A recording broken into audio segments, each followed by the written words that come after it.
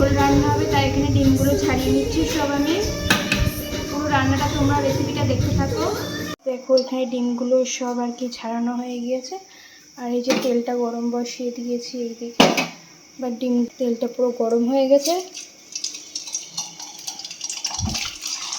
ডিমগুলো সব ছাড়া হয়ে গেছে, হলুদ গুঁড়ো দিয়ে দেবো কোদিক করে নেবো ডিমগুলো ভালো করে।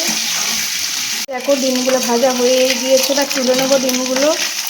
তো দেখো এবার তেলের ওপরে তেজপাতাগুলো দিয়ে দেবো, লঙ্কাটা দিয়ে দিলাম। আর দেখো পেঁয়াজ বাটা, আদা বাটা, রসুন বাটা আর টমেটো বাটা দিয়ে দিচ্ছি, মিক্সিতে পেস্ট করা ছিল আগে থেকেই। তো গাইস দেখো পেঁয়াজটা এখানে হাফ ভাজা হয়ে গিয়েছে। পেঁয়াজের পেস্টটা, কুচনো পেঁয়াজটা,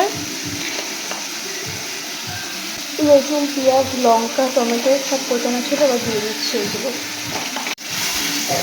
দেখো পেঁয়াজটা এখানে ভাজা হয়ে গিয়েছে, এবার মশলাগুলো সব দিয়ে দেবো। দিলাম হলুদ গুঁড়ো, সেখানে লঙ্কার গুঁড়ো, তারপরে ধনের গুঁড়ো আর জিরের গুঁড়ো, অল্প মশলাটা দিয়ে দিলাম এখানে, নুন, সামান্য একটু চিনি, একটু জল দিয়ে মশলাটা কষিয়ে নেবো।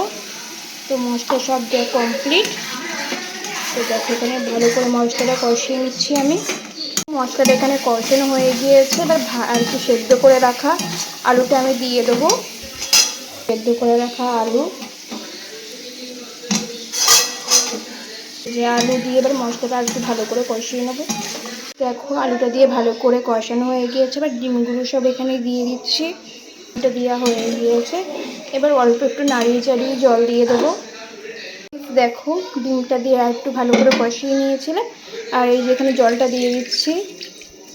তো জলটা দেওয়া হয়ে গেছে, জলটা দিয়ে কিছুক্ষণ ফুটে গেলেই ডিমের ঝোল রান্না আর কি রেডি। মোমো দিয়ে ওইদিকে খাচ্ছে, কেমন আছে? ঠিক আছে।